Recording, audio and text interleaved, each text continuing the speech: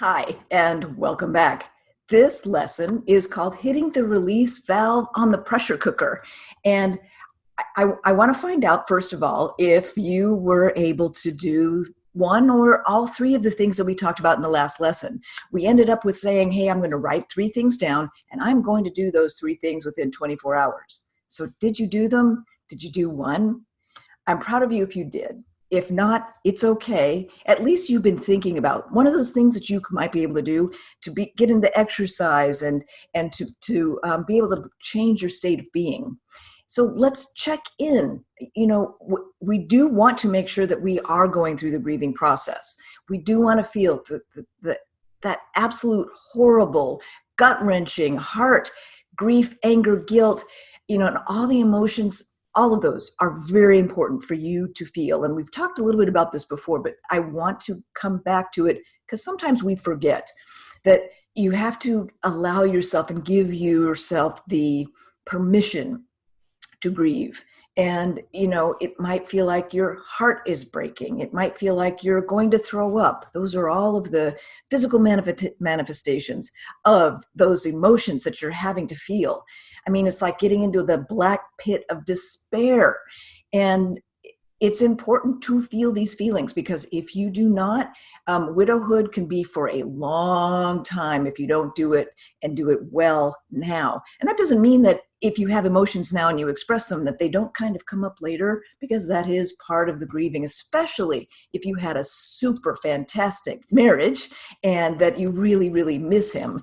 And it can be, at least for me, it was a huge missing. And I did about 2 years worth of a lot of grieving and emotion and working through all of these things that I'm now imparting to you. Talking to other people really does make a difference. And, working with some of my clients, some of them have shared with me along the way that they didn't even like to be called a widow. Do you mind? Have you even thought about that?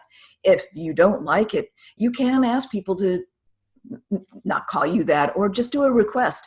Hey, call me by my name or whatever.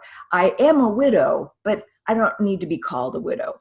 Just be self-expressed on that. And as the emotions are really being percolated and as we've said before, it's not like you go from one day to the next and you get better and better and better and it's a progressive getting better. It actually comes back and it hits you. One smell or one day or one anniversary can really knock you down. And it's okay. That's part of the process. And you might say, I remember me saying it when somebody told me that I was in a perfect place. I was thinking like, well, to heck with that. I don't want to be in the perfect place. This really sucks. It does get better. Do feel the emotions. However, if you are really feeling like you can't get out of a really negative emotion, that it's really building up and the pressure is really there, remember, one of the things that really worked for me is to yell out loud. I mean, really, if you're bawling and you're crying or you're really feeling that hurt, just yell out loud, stop it. And it actually brings your consciousness to the subconscious. And scientifically, it can help you immediately change your state of being. Now, again, you do want to feel the emotions, so don't do it too soon. As you might remember, part of the process to help you really get through getting out of that pressure cooker kind of thing is to also touch the part of your body that is not feeling very good in the moment. And it might change as you're touching and acknowledging that part of it. So it might be that, oh, my chest is really tight and I'm feeling really mad. My head is really hurting. I can't believe it. I'm so sad and my head hurts. So touch the part of the body, say out loud what you're feeling, and very soon it will dissipate because you're acknowledging to the universe that you really are not doing well, and it does start to dissipate. So in shifting the thinking at an appropriate time, when you're coming out of that pressure cooker, one of the things to do is to shift your thinking and really look towards the future, or look towards the future in 5 seconds from now, right?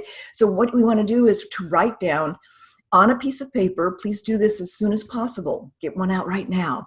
Write down What helps you get through the days and nights, those positive things? Is it talking to a friend? Is it watching a funny movie? Is it write those down, have them in your head, and as you make your list, and as you find out new ones later, write it on your list, and then go and reference that list often.